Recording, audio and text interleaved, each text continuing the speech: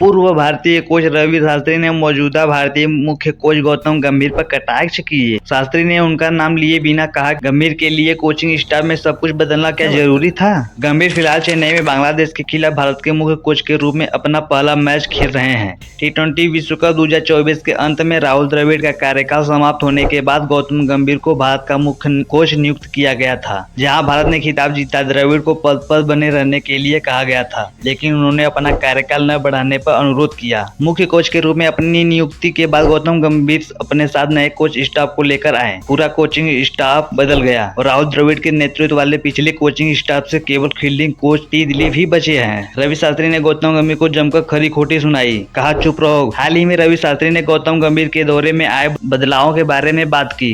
भारत के मुख्य कोच शास्त्री ने गंभीर पर कटाक्ष करते हुए कहा, एक कोच को सब कुछ बदलने की जरूरत नहीं है और चीजों को तभी बदलना चाहिए जब इसकी जरूरत हो। शास्त्री ने गौतम गंभीर के कोचिंग स्टाफ में बदलाव करने के फैसले पर कहा, अगर आप वास्तव में ऐसा महसूस करते हैं तो ठीक है, लेकिन सिर्फ इसलिए कि आप कोच हैं आपको हर बात अपनी बात कहने की जरूरत नहीं है। आप कभी कभी चुप भी रह सकते हो। रवि शास्त्री ने कोचिंग टीम में गंभीर के बदलावों पर कहा, आपको सिर्फ इसलिए बदलाव करने की जरूरत नहीं है, अगर आप वाकई ऐसा महसूस करते हैं तो ठीक है, लेकिन सिर्फ इसलिए कि आपको हर बार अपनी बात कहने की जरूरत नहीं है तो आप कभी कभी चुप भी रह सकते हैं। उन्होंने कहा, सिर्फ इसलिए कि आपको पैसा मिल रहा है आपको सब कुछ कहने की जरूरत नहीं है, आप चुप भी रह सकते हैं। राहुल द्रविड़ के कोचिंग स्टाफ में बल्लेबाजी कोच के रूप में विक्रम राठौर, गेंदबाजी कोच के रूप में पारस म्हात्रे और फील्डिंग कोच के रूप में टी दिलीप शामिल थे, लेकिन द्रविड़ के जाने के बाद पिछले कोचिंग स्टाफ से केवल टी दिलीप को ही रखा गया था। गौतम गंभीर के नेतृत्व में अभिषेक नायर और रयान टेंडुलकर सहायक कोच हैं, टीम के कोच, और जबकि मोहन मोरकल टीम के गेंदबाज कोच हैं। बांग्लादेश के खिलाफ चल रही टेस्ट सीरीज मोरकल की इस भूमिका में पहली नियुक्ति है, जबकि अन्य भारतीय टीम के श्रीलंका दौरे का भी हिस्सा थे, जहाँ टीम ने 3 वनडे और 3 टी20 मैच खेले थे।